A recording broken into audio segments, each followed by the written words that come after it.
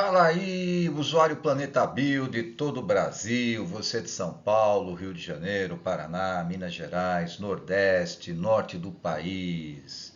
Planeta Bio tem uma ótima penetração em vários estados e sempre ajudando o vestibulando de todo o Brasil, principalmente no entendimento dos conteúdos de biologia. E aí no curso, né, de fisiologia, vamos falar hoje de uma parte importante do corpo humano chamado sistema endócrino, o sistema que produz hormônios. Então vem comigo. Tá bom, mas do que é formado o sistema endócrino? Bom, basicamente o sistema endócrino ele é formado por glândulas, né?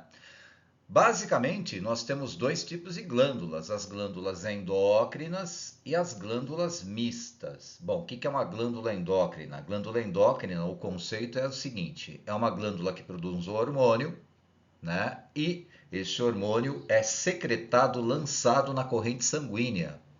Então, glândula endócrina produz hormônio, o hormônio vai para o sangue, beleza? O que é uma glândula mista?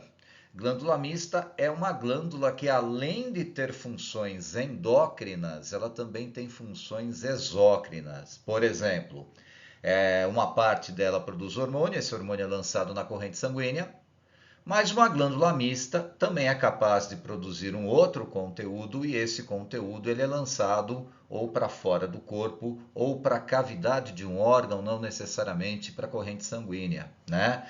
Então vamos ver quem são as principais glândulas endócrinas e mistas. Dentro do cérebro você tem o hipotálamo, né?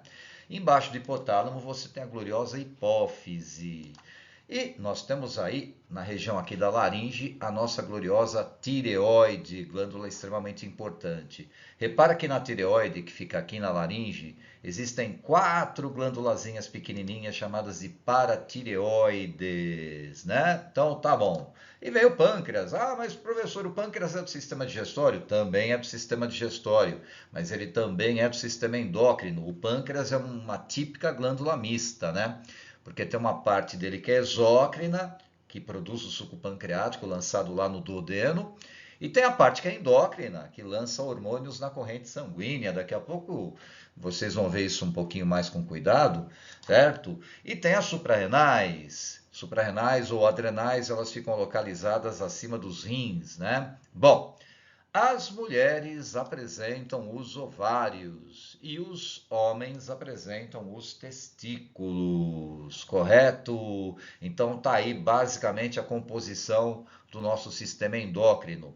Mas professor, existe produção de hormônio em outros lugares sem ser nessas glândulas aí? Existe, né? Então, por exemplo, existem órgãos que apresentam células endócrinas localizadas em parte dos seus tecidos que produzem hormônios. Por exemplo, o intestino delgado produz hormônios. O estômago também produz hormônios. O próprio rim, né, ele apresenta células endócrinas que também produzem hormônios, né? Mas basicamente o sistema endócrino ele é constituído por essas glândulas aí, porque boa parte, né, dos hormônios que circulam na corrente sanguínea, eles são lançados na corrente sanguínea por essas glândulas principalmente, embora existam hormônios que sejam lançados na corrente sanguínea por meio de outros órgãos também, né? Certo? Que também podem ter um papel secundário endócrino. Belezinha? Mas afinal de contas, o que é um hormônio? Qual que é a natureza química de um hormônio? Bom, hormônios são moléculas orgânicas, né? Então você pode ter, por exemplo, hormônios de natureza proteica, hormônios que são proteínas. E existem hormônios que têm natureza lipídica, os esteroides, por exemplo, né? Então, alguns exemplos aí de hormônios proteicos. Você tem a nossa gloriosa adrenalina, produzida lá pelas suprarrenais. Você tem a insulina, produzida pelo pâncreas. Você tem a tiroxina, produzida pela tireoide. Você tem o GH, produzido pela hipófise. Você tem o glorioso ADH, produzido pelo hipotálamo, mas secretado pela neurohipófise. Enfim, né, muitas, ou eu diria que a maioria dos hormônios que circulam na corrente sanguínea, eles são de natureza proteica, mas existe também os hormônios que têm natureza lipídica, são os esteroides. E alguns exemplos, tem a testosterona, hormônio masculino, progesterona e os estrógenos, né, que são hormônios femininos, aldosterona, depois vocês vão ver, produzida pelo córtex da suprarrenal. Tem o cortisol também, o cortisol é produzido também ali pelo córtex da suprarrenal. O importante é saber o seguinte, como é que age um hormônio? Então, o hormônio ele age sempre seguindo esse protocolo que você está vendo aí. Você tem lá uma glândula endócrina, essa glândula endócrina lança na corrente sanguínea um determinado hormônio, belezinha? Tá bom. Esses hormônios caem na corrente sanguínea e o sangue leva esses hormônios até aquilo que a gente chama de órgão-alvo. Opa! É no órgão-alvo que esse hormônio vai fazer algum efeito.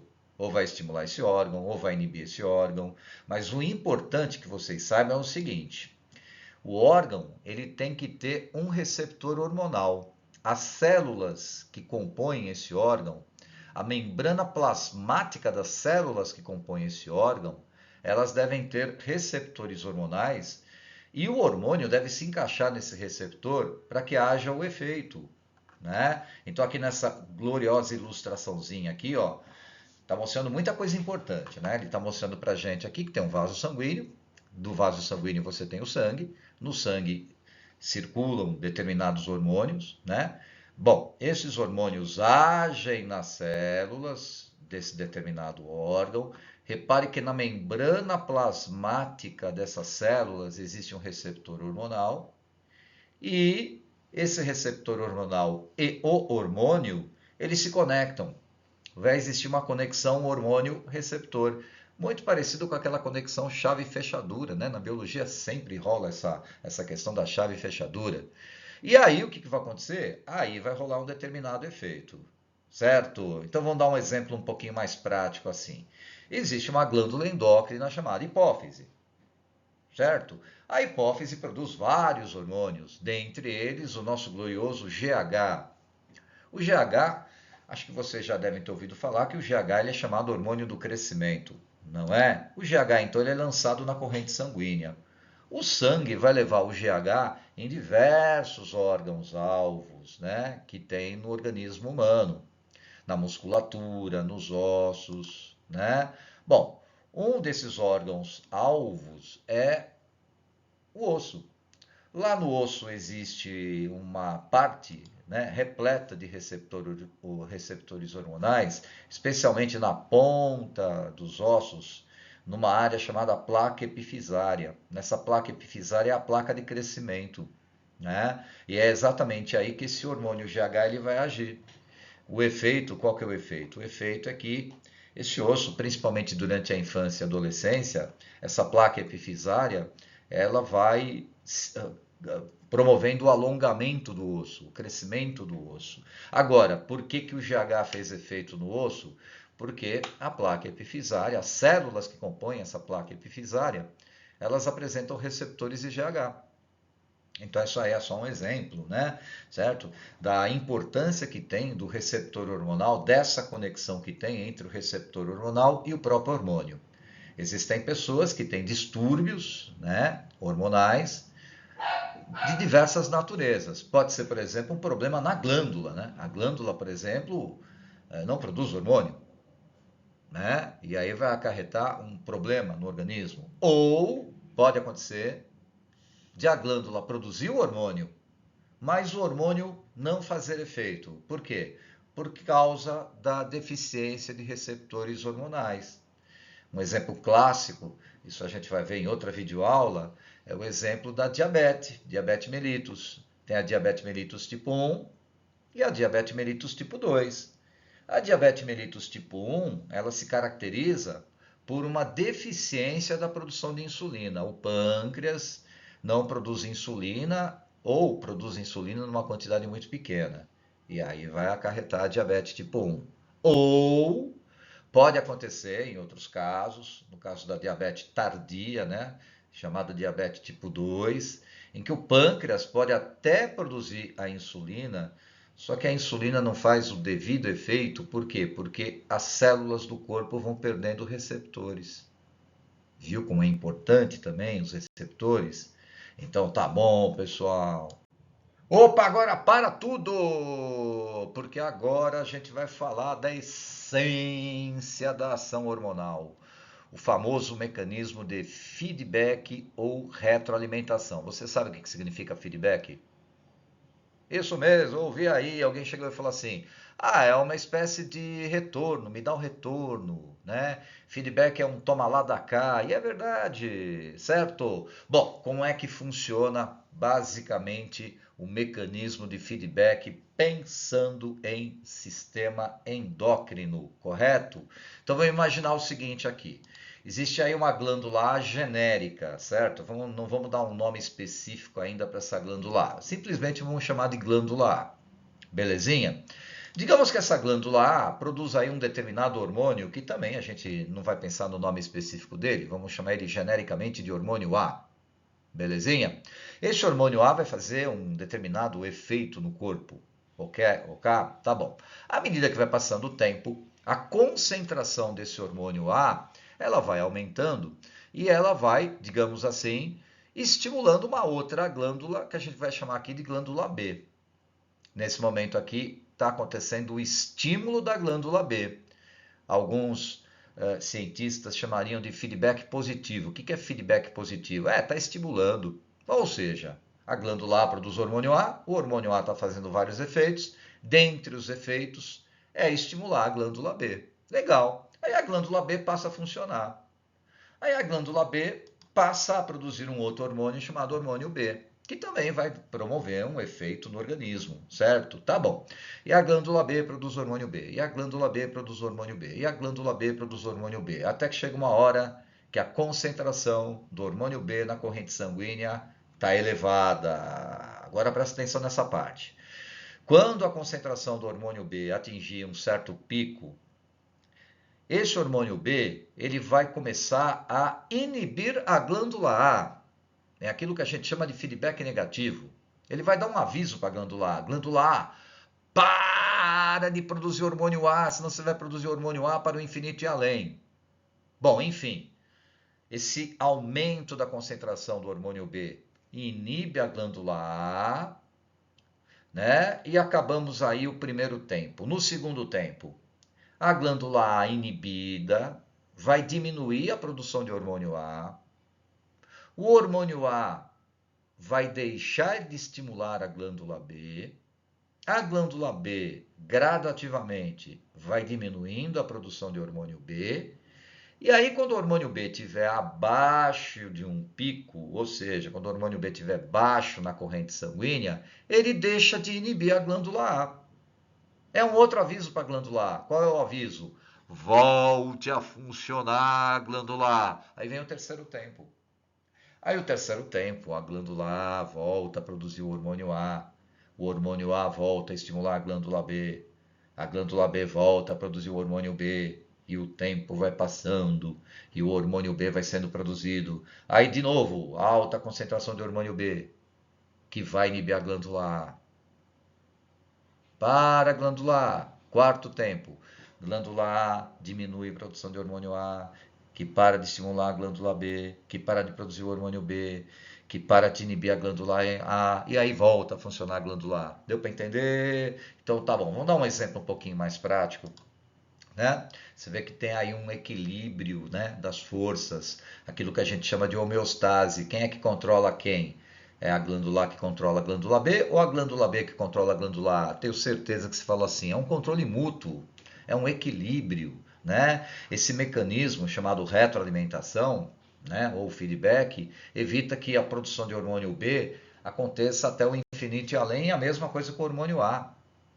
Né? Então, tá bom, vamos dar um exemplo assim, vamos dar um exemplo aqui. Exemplo 1. Você tem uma glândula chamada hipófise. Essa hipófise produz aí um hormônio chamado TSH. Geralmente essas siglas, elas estão em inglês, né? TSH significa o hormônio que estimula a tireoide. Legal. E o que o TSH vai fazer? Ele vai estimular a tireoide. certo? Tá bom. E o que a tireoide vai fazer? Ela vai produzir os hormônios dela. Dentre os hormônios da tireoide, tem a gloriosa tiroxina. Tiroxina T4. Tem outros hormônios também, mas eu peguei aqui o exemplo da tiroxina. Tá. Essa tiroxina ela vai promover os efeitos no organismo, que a gente vai ver aí numa outra videoaula, dentre eles aí o aumento do metabolismo e tudo mais assim. O fato é que vai aumentar a quantidade de tiroxina na corrente sanguínea. Quando aumentar a quantidade de tiroxina na corrente sanguínea, isso é um aviso para a hipófise parar de produzir TSH. Ou seja, o aumento da tiroxina acaba inibindo a hipófise diminui o TSH deixa de estimular a tireoide deixa de produzir tiroxina, a tiroxina diminui, a tiroxina diminuindo, deixa de inibir a hipófise volta a trabalhar, volta a produzir o TSH volta a estimular a tireoide volta a produzir tiroxina e esse lenga-lenga é chamado de retroalimentação. Vamos pegar mais um outro exemplo? Aí eu te dei o exemplo 1, né? Vamos pegar outro exemplo? Vamos pegar um exemplo agora dos testículos. Ó, a hipófise ela produz aí um determinado hormônio chamado de LH. Também é uma sigla em inglês, né? O LH aí também é conhecido como hormônio luteinizante. O luteinizante, o LH, no homem, ele estimula os testículos. Legal. E os testículos passam a produzir o hormônio masculino chamado testosterona, que vai dar um efeito no homem, dos mais diversos, né? O fato é que vai aumentar a quantidade de testosterona na corrente sanguínea. Esse aumento da corrente da testosterona na corrente sanguínea acaba promovendo o quê? Um feedback negativo, ou seja, um efeito inibitório da hipófise. Ô hipófise, para de produzir o LH. Legal, a hipófise diminui a produção de LH, o LH diminui, né, o seu estímulo no testículo, o testículo deixa de produzir testosterona, a testosterona diminui. Quando diminui, adivinha?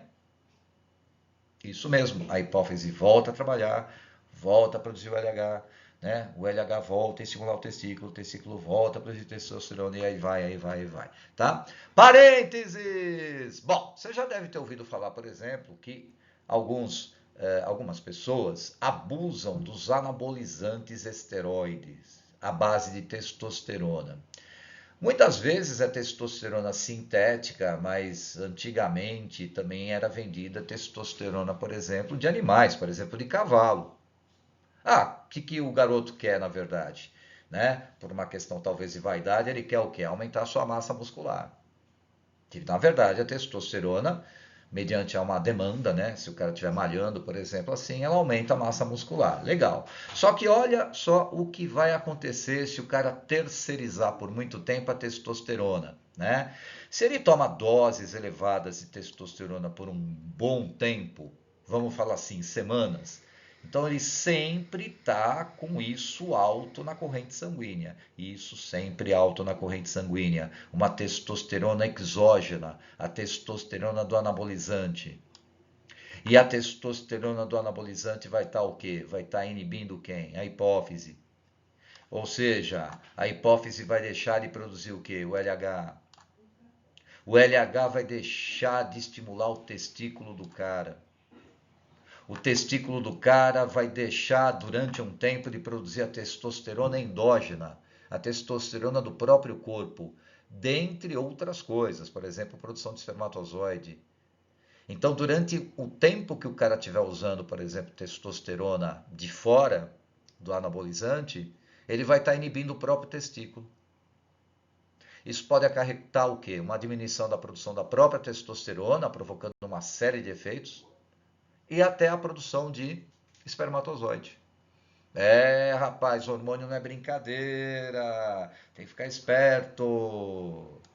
Bom, então já que a gente já sabe uma geral do mecanismo de feedback, da natureza química dos hormônios, quem são as glândulas endócrinas, nessas videoaulas, né, nós vamos começar a estudar especificamente algumas dessas glândulas mencionadas. Por exemplo, vamos começar a falar do cérebro.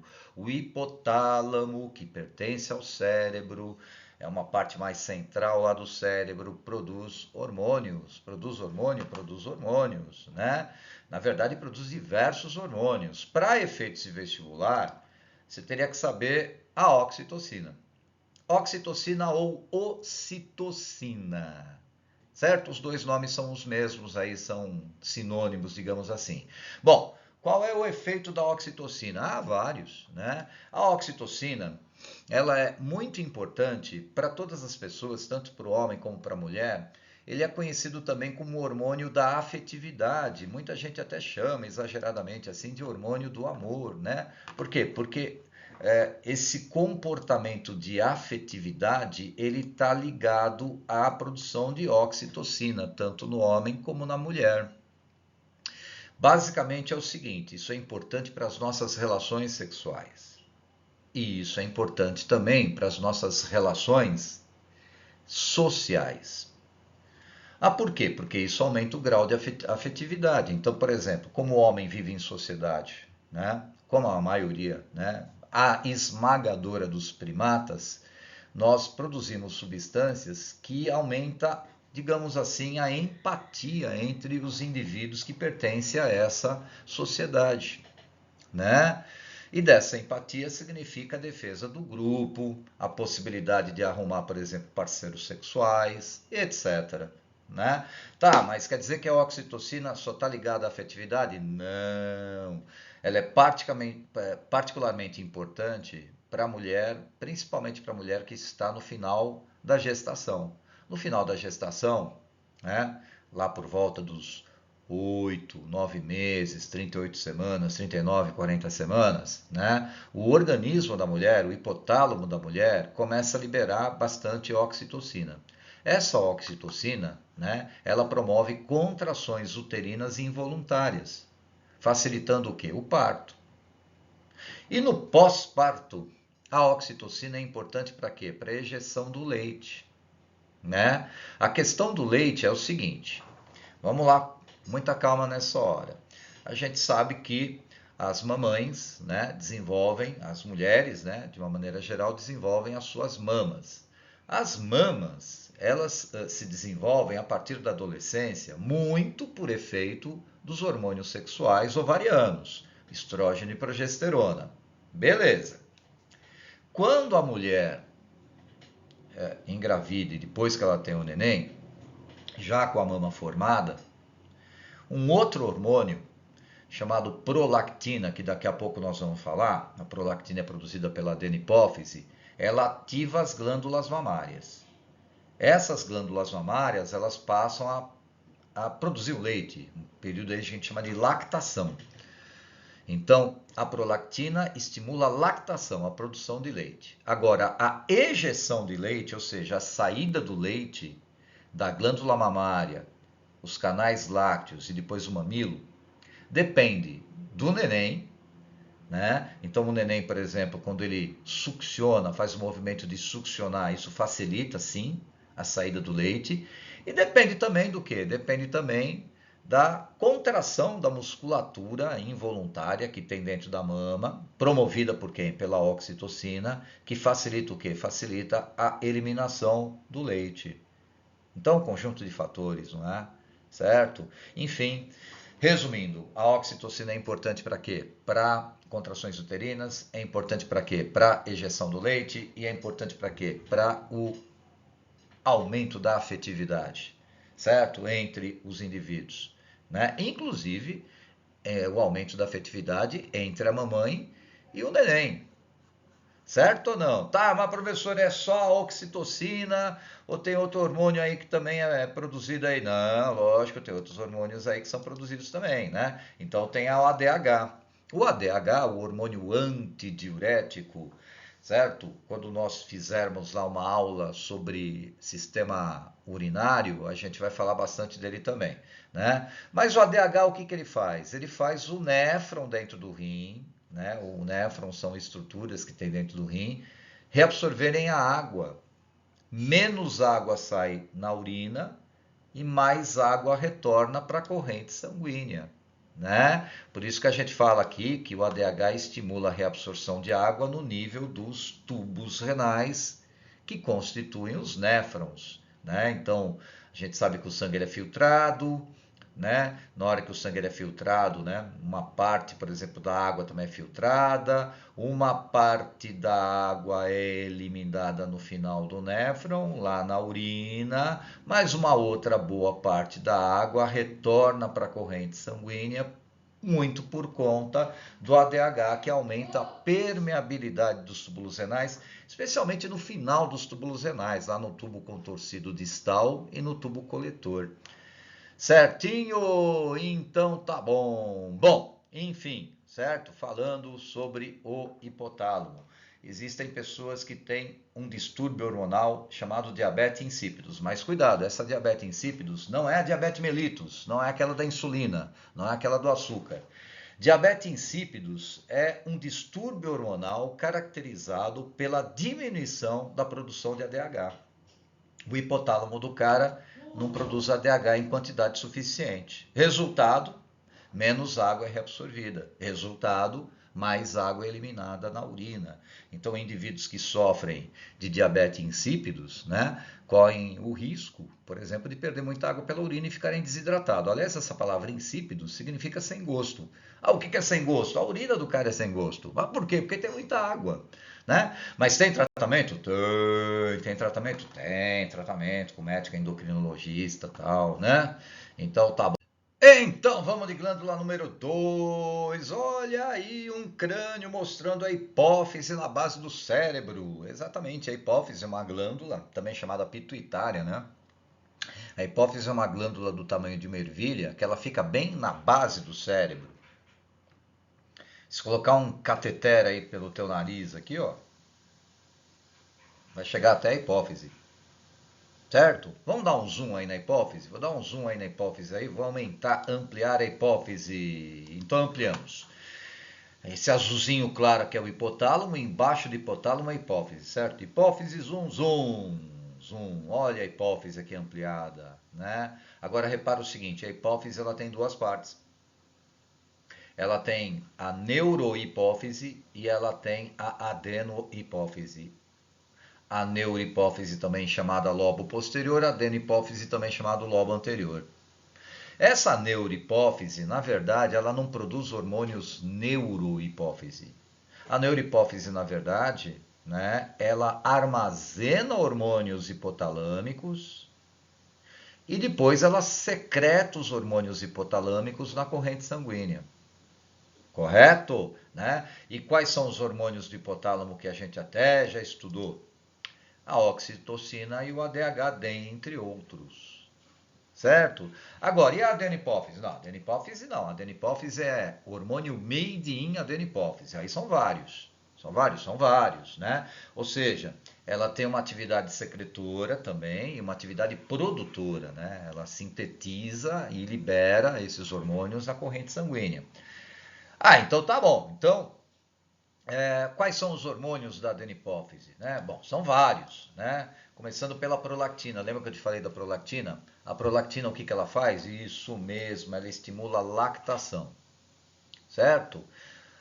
A nossa gloriosa oxitocina aqui é a ejeção do leite. Mas a nossa gloriosa prolactina ali da adenipófise é ela que de fato faz a glândula mamária sintetizar e secretar o leite. Certo? Então tá bom.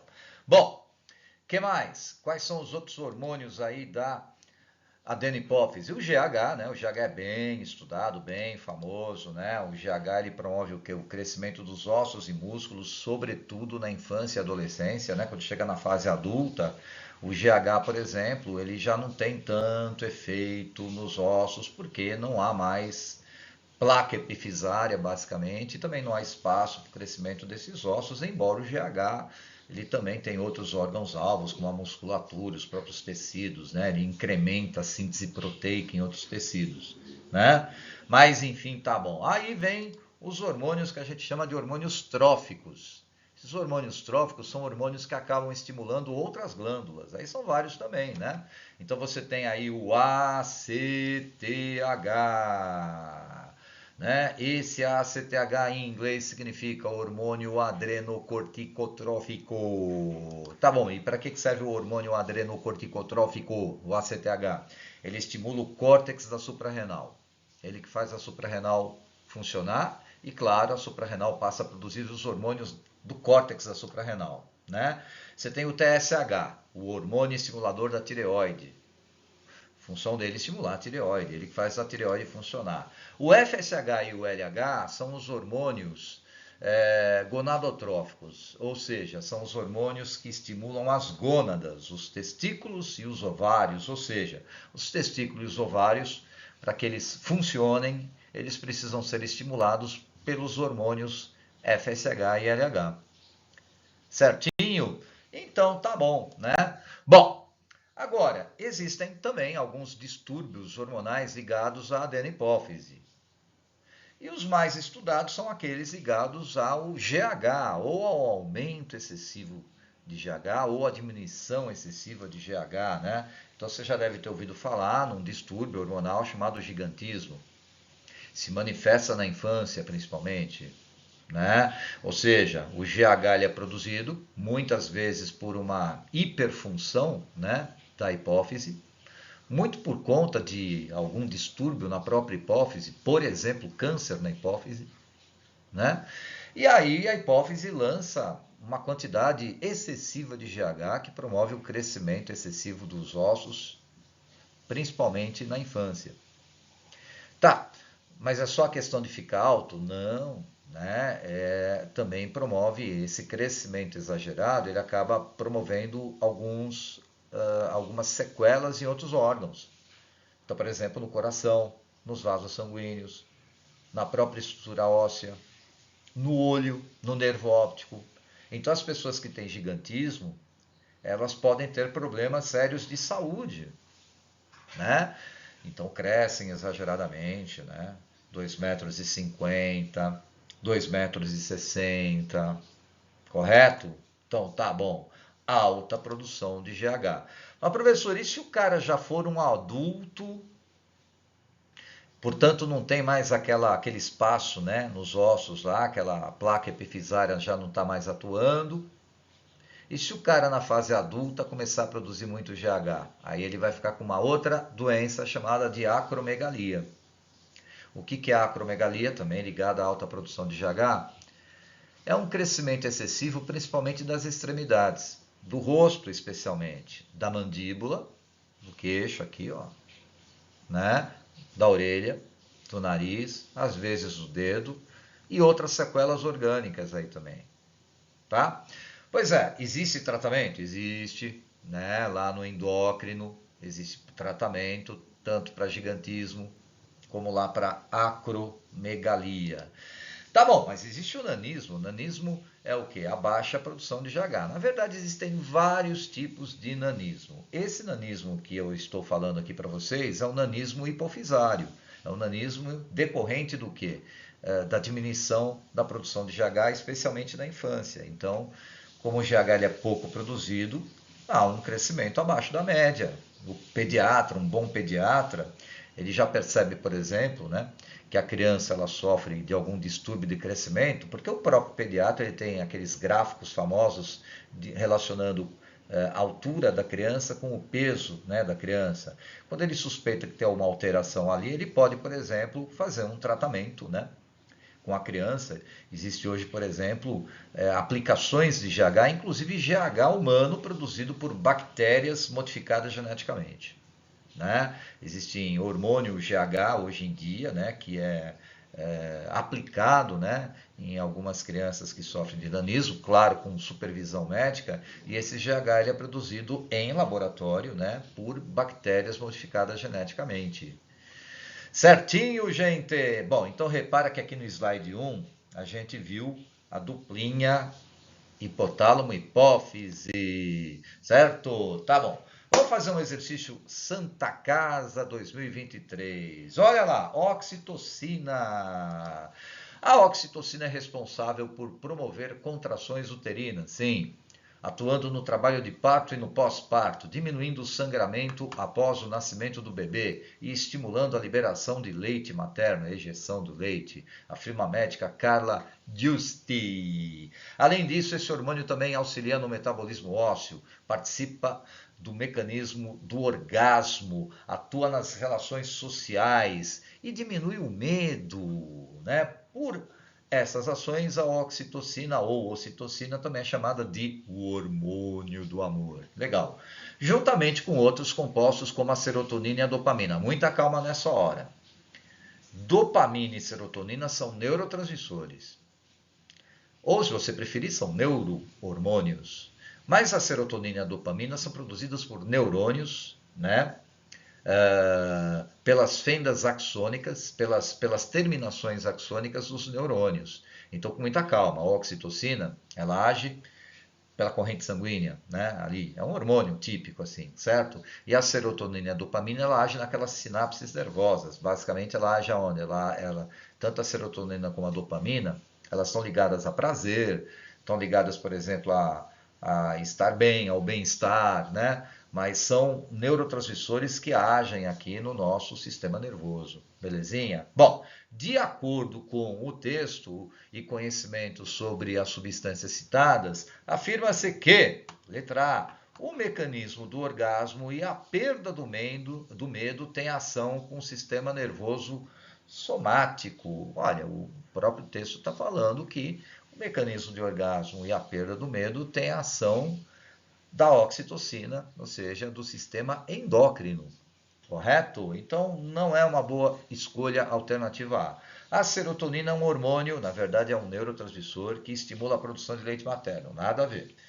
A ocitocina ou oxitocina é produzida pelo hipotálamo, sim, e é secretada pela neurohipófise. Que coisa linda! Isso mesmo, certo? Então, sem dúvida, se você pensou em alternativa C, você acertou. Mas para desencargo de consciência, vamos ver se tem alguma coisa errada na D, provavelmente vai ter, né? A dopamina e a ocitocina são produzidas pelas glândulas suprarrenais. Meu Deus, não. Letra E. A ocitocina é liberada nas sinapses. Não, é a serotonina e a dopamina. E faz conexão química com os músculos do útero. Na verdade, a ocitocina é lançada na corrente sanguínea e o sangue transporta a ocitocina até o músculo do útero e promove aquelas contrações involuntárias do útero durante o trabalho de parto.